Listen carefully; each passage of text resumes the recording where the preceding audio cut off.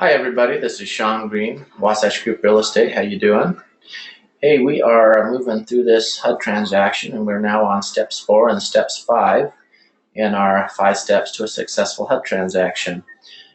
So let's talk a little bit about step 4. At this point in the process, you're working with your lender and you're moving towards closing. And there's a number of important things we're going to want to discuss. First and foremost is the closing deadline. Originally, when you were completing the contracts for your buyer and mailing them to the asset manager, you put in the type of financing that your buyer was using. Based on the type of financing that your buyer was using, it auto-populated a closing deadline. So pay special attention to these closing deadlines because it's very, very important that these transactions close on or before this deadline expires.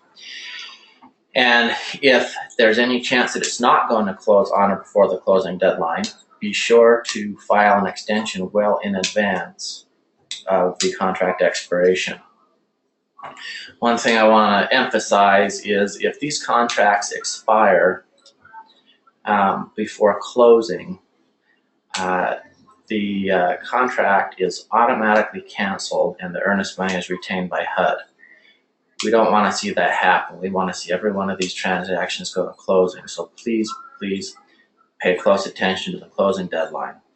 So let's talk about these deadlines. There's 3 deadlines and they're based on the type of financing that your buyer's using. So let's look at this first line. It talks about cash offers. Cash offers have a 30-day closing deadline. Okay, this is 30 days from the HUD executed date on the sales contract. So if you look at the first page of your sales contract, you're going to look near the bottom, well, right at the bottom, and you're going to see a date that HUD executed the contract. So it's 30 days from that date. On financed offers, it's 45 days from that date, and then on FHA 203K offers, it's 60 days from that date.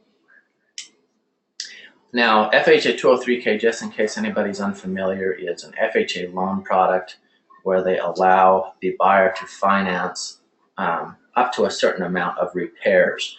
And these repairs are to be made after closing on a 203K. So these are unique loans, really, really neat loan products, and they take a little bit more time to do. That's the reason that your closing deadline is 60 days on a 203K rather than 45 days on a regular FHA or conventional loan. Okay. We're going to talk a little bit more about extensions later if they become necessary, but let's first talk about the process by which a contract is canceled if the buyer chooses to do so. We talk about that in this step particularly because if the buyer is unable to obtain the financing or the inspection just doesn't go as well as the buyer had hoped, you're going to want to formally file a cancellation. If you look down here at this link, let's click on that link as we have before, and it will pull that form up for you. And this is a pretty self-explanatory form, not real difficult. But if a contract cancellation becomes necessary, please fill this out and then follow the instructions on that form. And then you can get that process moving forward. Okay, let's discuss step 5, which is extension requests. So if the lender needs some more time or if they run into some unexpected delays, you're going to want to file an extension request.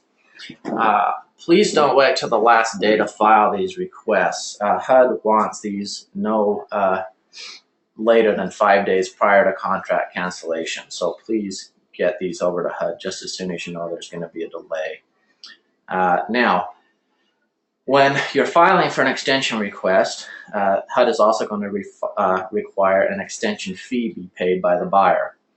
The amount of this fee is determined by the contract sales price of the property.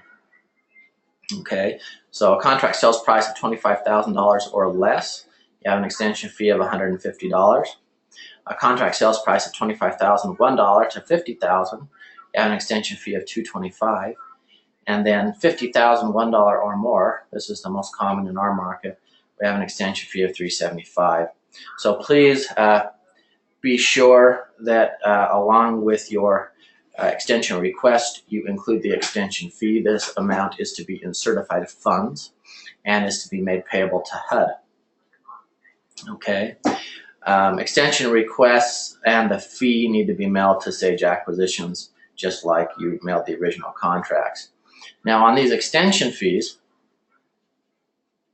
on these extensions, if the extension is approved, they're granted in 15-day increments. So just know that if you get an approved extension, you have 15 days to complete the transaction. Now, there's one additional item you need to mail to the asset manager. So remember, you need to send over the extension request form, which I'll show you in a minute. You need to send in the extension request, the extension fee, and you need to send in an updated lender's letter providing an update on the loan and outlining the reasons for the delay. This letter is very, very important. This is one of the primary criteria that HUD takes into consideration when they are deciding whether they're going to extend the contract. Please stress to your lender that these need to be well written, and it would be best if they really took their time and explained the situation. So let me give you some recommendations on what to include in these letters. First and foremost, the lender needs to explain why they couldn't perform within the time period that was originally agreed upon. Okay, and then the lender really needs to explain exactly what they're doing to alleviate the problem. And then last, and probably most importantly, they really need to say, hey, this is the reason that if you grant the extension, that this will go to closing. This is what we're doing to fix the problem. So the more detail, the better on these, and just pass that along to your lenders. So as soon as you have the extension request form filled out and the fee in certified funds and the lender letter, these will all be mailed to Sage Acquisitions address right here. Okay, going a little further down, you're going to see another link here to the extension request form. Click on that and you'll be able to pull it up. Pretty self-explanatory. It reiterates what we just talked about with regards to the lender's letter and the extension fee. And it even gives you the address where you're going to mail the request. Okay. Okay, so that's pretty much steps 4 and 5. There's a couple more items we want to talk about with regards to these HUD transactions. And first and foremost is the possession. HUD does not approve or want their HUD keys given out to buyers or buyer's agents. So please explain to your buyer that upon closing, and I'm more than happy to meet you over at the property to give you access. However, HUD's expectation is that the properties are going to be rekeyed. So please mention that to your buyer, and the expectation is that that will be taken care of at your buyer's expense. It really is a good idea to have the properties rekeyed. Right now they're on a pretty common key system, and there's quite a few people that have access to these keys. So for their own safety and security, they ought to have them rekeyed, and of course it is a HUD requirement. So anyway, if you guys have any questions that have come up, or if we can be of any further assistance, feel free to give us a call or shoot us an email. Thank you very much.